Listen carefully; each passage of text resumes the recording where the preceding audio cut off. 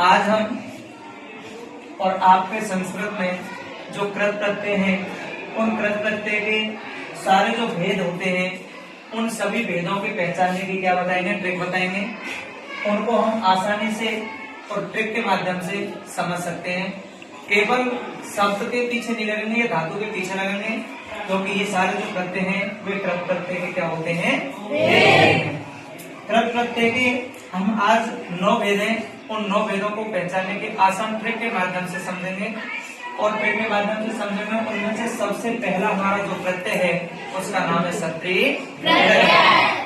सत्री प्रत्यय में रूप तीनों नियमों में चलते हैं सत्री प्रत्यय के, और इसमें आपको यदि किसी धातु के पीछे अन, अंति और अत ये आपको जहां दिखाई दे जाए वहां पर कौन सा प्रत्यय होगा आपका, पुल्लिंग में आपको अन मिलेगा, स्त्रीलिंग में अंति मिलेगा और नपुंसकलिंग का होगा तो अत। जैसे पठ में अगर हम अन जोड़ेंगे तो पुल्लिंग का शब्द बनेगा हमारा पठन, स्त्रीलिंग का बनेगा पठंती और नपुंसकलिंग का बनेगा पठन।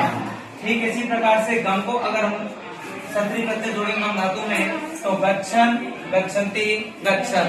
बद में जोड़ेंगे बदन, बदंती, बदन। कहने का मतलब है कि सत्री प्रत्यय को पहचानने का आसान तरीका है कि यदि किसी धातु के पीछे अन, अंति, अत आपको दिखाई दे जाए तो आपका कौन सा प्रत्यय होगा, सत्री प्रत्यय। आ गया समझो पहला।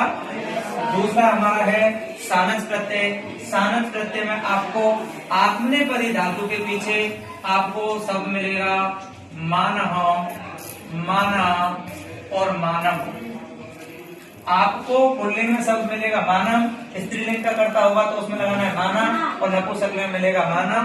यदि आपको आत्मनेपदी धातुओं के पीछे मानह, माना, मानव ये शब्द लिखा मिल जाए तो आपका कौन सा प्रत्यय होगा, सानस प्रत्यय। तीसरा है हमारा अनियत प्रत्यय।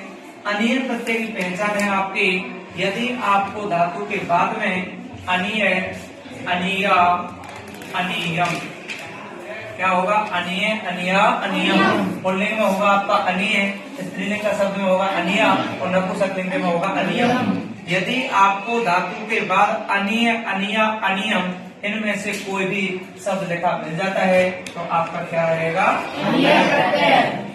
नंबर 4 है आपका तव्यत प्रत्यय। तव्यत प्रत्यय में आपको तीनों नियमों में इसके रूप चलते हैं। इसमें तव्य, तव्या, तव्यम, या फिर एक और मिलता है ओवलेप में देख लो, तव्य, तव्या, तव्यम।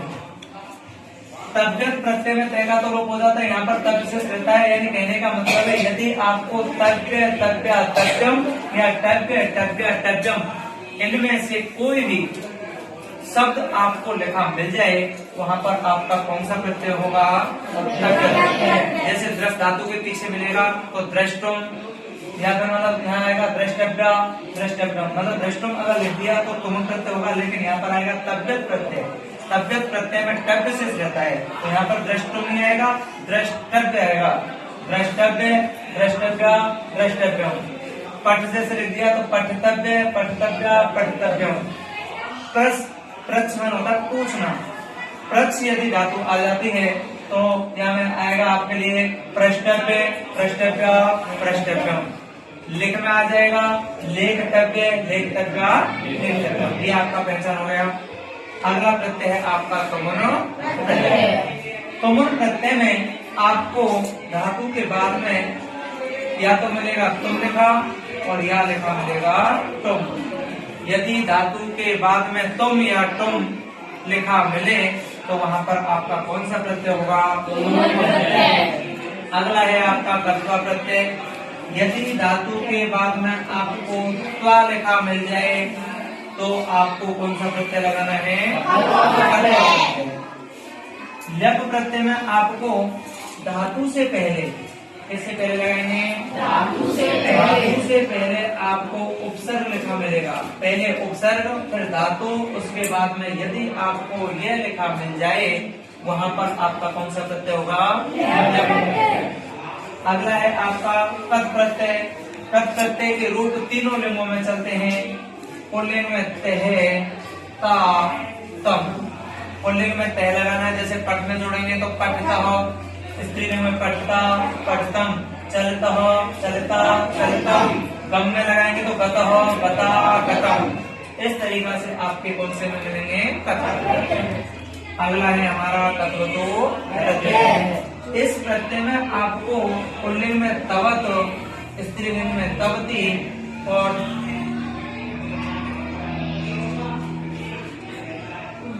तवान तवती तवत तत्वतु प्रत्यय के रूप तीनों लिंगों में चलते हैं। यदि आपको तवान तवती तवत इनमें से कोई भी शब्द लिखा मिल जाता है तो आपको कौन सा प्रत्यय हो यहाँ पर तत्वतु। आया सभी के समझ में?